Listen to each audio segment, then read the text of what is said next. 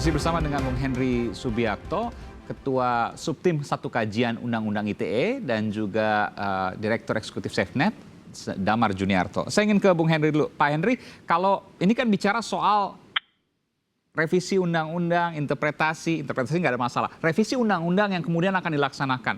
Setelah selesai dilaksanakan misalnya, karena tidak melalui Mahkamah Konstitusi yang bersifat final and binding, mengikat dan juga final.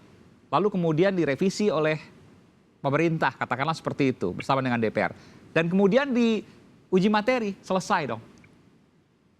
Iya, tentu saja Presiden pasti memperoleh masukan tentang bahwa undang-undang ini sudah kali-kali di judicial review di Mahkamah Konstitusi.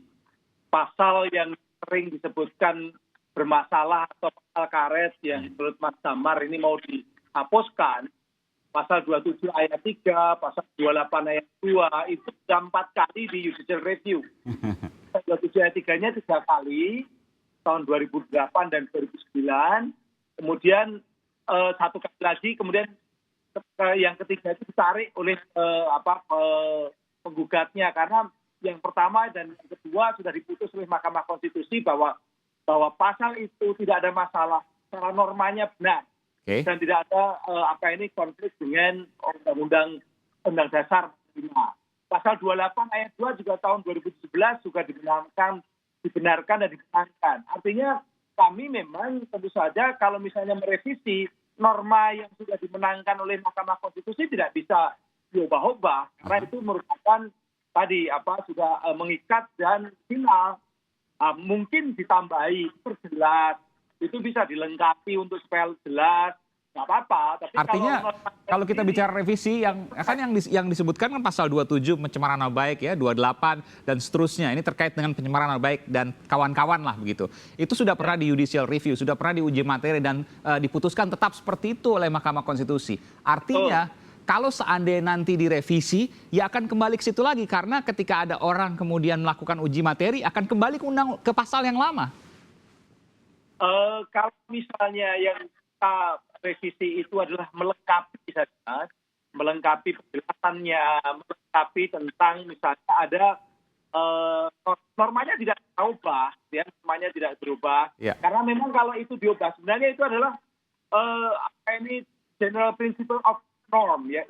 Misalnya fitnah itu di berbagai undang-undang di negara lain juga dilarang. Fitnah, menuduh tanpa bukti itu kan memang sesuatu general norm, ya, sesuatu yang prinsip dalam norma-norma secara umum, secara general.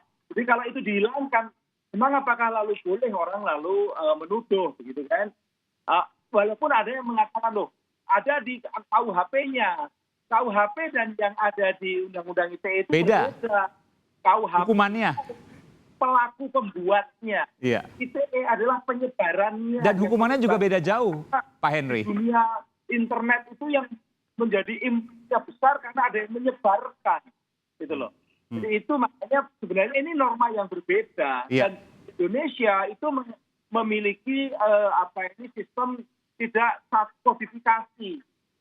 Berbagai undang-undang itu ada pidananya sendiri-sendiri yang tidak selalu sama dengan KUHP. Ya, perbedaannya kan begini, ketika di KUHP ada pencemaran nama baik, di ITE ada pencemaran nama baik, tapi yang berbeda yang paling utama adalah hukumannya. Kalau di KUHP hanya 9 bulan, tidak bisa ditahan karena di bawah 5 tahun. Sementara di ITE 6 tahun bisa ditahan, itu yang kemudian jadi masalah.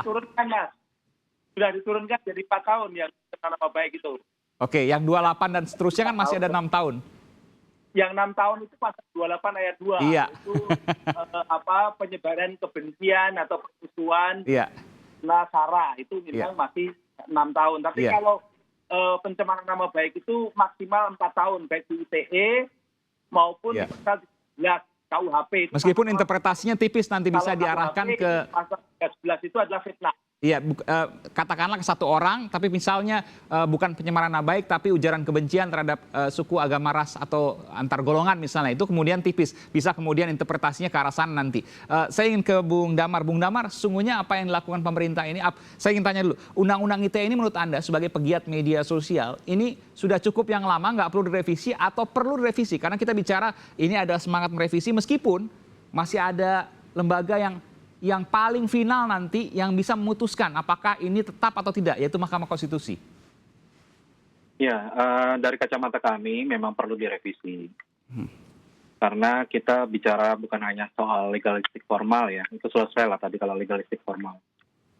Kita harus melihat cukup luas, jadi kacamatanya juga dipakai untuk melihat dampak-dampak yang timbul. Mas Aiman, sekarang saya katakan ya, orang menagih utang itu sekarang pakai undang-undang ITE.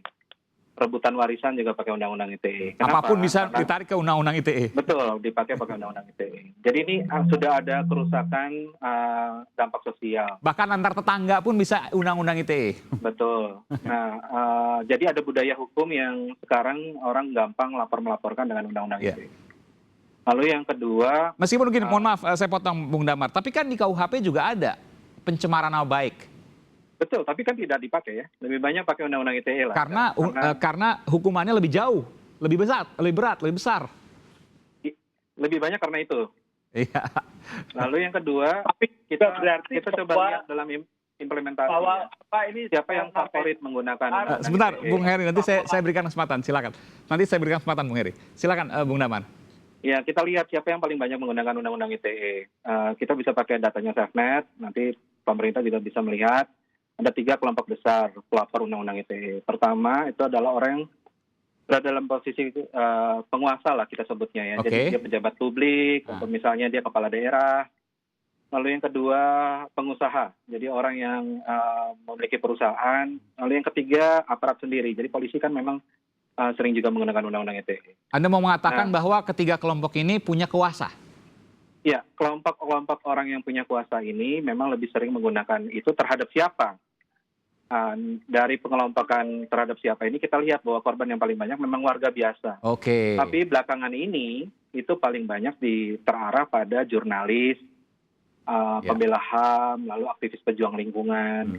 Nah, orang-orang ini sebetulnya kan menjadi korban. Kita sebut korban dalam hal konteks undang-undangnya ya. Jadi bukan korban lapor-melaporkan, tapi kita lihat dalam konteks ketika undang-undangnya dipandang hanya sekadar legalistik formal, ya yang terjadi di masyarakat adalah orang yang punya kuasa menggunakan itu untuk merepresi orang-orang yang lemah.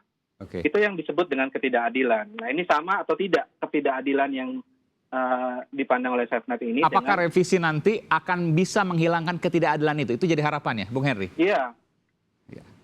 Ya, pertama berarti harus kita koreksi dulu kalau dikatakan bahwa undang-undang ini untuk membungkam kelompok-kelompok anti Pak Jokowi. Karena tadi disebutkan problemnya dengan masyarakat.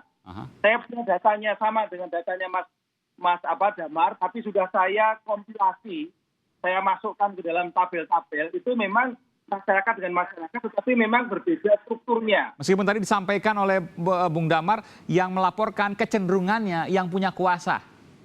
Ya itu, tapi itu sama-sama sebenarnya ada di level masyarakat dengan masyarakat. Ada mantan anggota DPRD dengan masyarakat biasa. Ada kepala sekolah dengan guru. Memang begitu. Tapi kan kita tidak bisa mengatakan kepala sekolah ini pemerintah. Bahkan kasus Pak Saiful Mahdi yang di Aceh itu antara dosen, mantan kasur dengan dekan. Apakah dekan itu pemerintah? Kan tidak, begitu loh. Apalagi kalau dikaitkan dengan, ini pemerintahan Pak Jokowi, itu terlalu jauh, gitu kan. Terlalu jauh. Jadi ini memang betul ada konflik antar kelas di masyarakat, itu jelas, pasti. Tapi itu juga karena seringkali mereka menginterpretasi undang-undang ini secara tidak pas. Makanya disitulah perlunya pedoman. Gitu. Terakhir Bung Damar, apa Anda setuju apa yang disampaikan oleh Pak Henry? Ya, konflik kelas itu Pak, Prof. Henry, memang Prof. Henry sudah memotret dengan benar ya. Berarti persoalannya adalah ketika kelas yang berkuat itu dia merepresi kelas yang lemah. Dan kita tidak bisa membiarkan hal semacam itu terus-menerus ada di dalam hukum kita. Jadi harus dilihat secara proporsi bagaimana mengembalikan. Nah, revisi ini Mas Aiman saya rasa arahnya juga cukup jelas ya. Saya tetap menganggap bahwa ada keengganan dari pemerintah dan juga legislatif untuk memperbaiki situasi. Nah, bagaimana keengganan dari mana Anda bisa melihat itu? Ya, kelihatannya tidak akan disentuh seperti di 2016 ya. Tidak akan direvisi maksudnya? Tidak akan direvisi. Oke. Lebih banyak akan disentuh soal hal-hal yang justru tidak substansi. Oke. Nah, kita akan membiarkan batu ini membesar dan kalau batu ini membesar, baik, yang rugi itu kita semua. Ya, saya harus memberikan kesempatan kepada Prof. Henry karena ini ada tudingan yang kemudian ada ketidakyakinan, kurang lebih begitu ya, bahwa ini nggak akan revisi lah karena ini ada kepentingan dari yang berkuasa, siapapun itu, ya apakah DPR, partai dan lain sebagainya, termasuk juga mungkin pemerintah tadi disampaikan oleh Bung Damar, untuk kemudian lebih bisa dalam tanda kutip memberikan sebuah tekanan. Benarkah itu, Prof. Henry? Biarkan tim ini bekerja untuk menerima masukan-masukan, termasuk kemungkinan-kemungkinan untuk direvisi. Karena bagaimanapun juga undang-undang bukan kitab suci. Dia bisa diperbaiki, disempurnakan, dilengkapi begitu. Tapi memang tidak mungkin kalau kemudian normanya dihilangkan seperti kerikil yang dihilangkan. Anda bayangkan ketika sekarang orang mengatakan bahwa undang-undang ITE itu menakutkan, undang-undang ITE membungkam, tapi medsos kita isinya nauzubillah. Ini kan paradoks. Di satu sisi ngomong ini ada pembungkaman, ternyata yang terjadi konflik antar masyarakat yang beda struktur. Kedua, ini menakutkan, tapi isinya adalah ujaran kebencian, hoax, nyinyir, sebagainya. Iya. Dan isinya banyak kan buzzer dari kedua belah pihak ya. Saya nggak bicara soal satu pihak tertentu. Kita revisi buzzer diatur. Itu bagus. Baik. Jadi singkat saja, akankah direvisi? Keyakinan dari Prof. Henry? Itu tergantung Oke. Anda sendiri belum yakin 100% ini? Dengan adanya tim itu kan jelas berarti sudah pemerintah membuka peluang. Oke. Tapi keyakinan pribadi saya tanya? Saya ingin merevisi, melengkapi dan merevisi ya kontennya. Oke, baik, kita tunggu nanti keyakinan pribadi dari Prof. Henry terkait dengan undang-undang ITE. Terima kasih Prof. Henry Subiakto, terima kasih juga Bung Damar telah memberikan informasi di Sapa Indonesia Malam.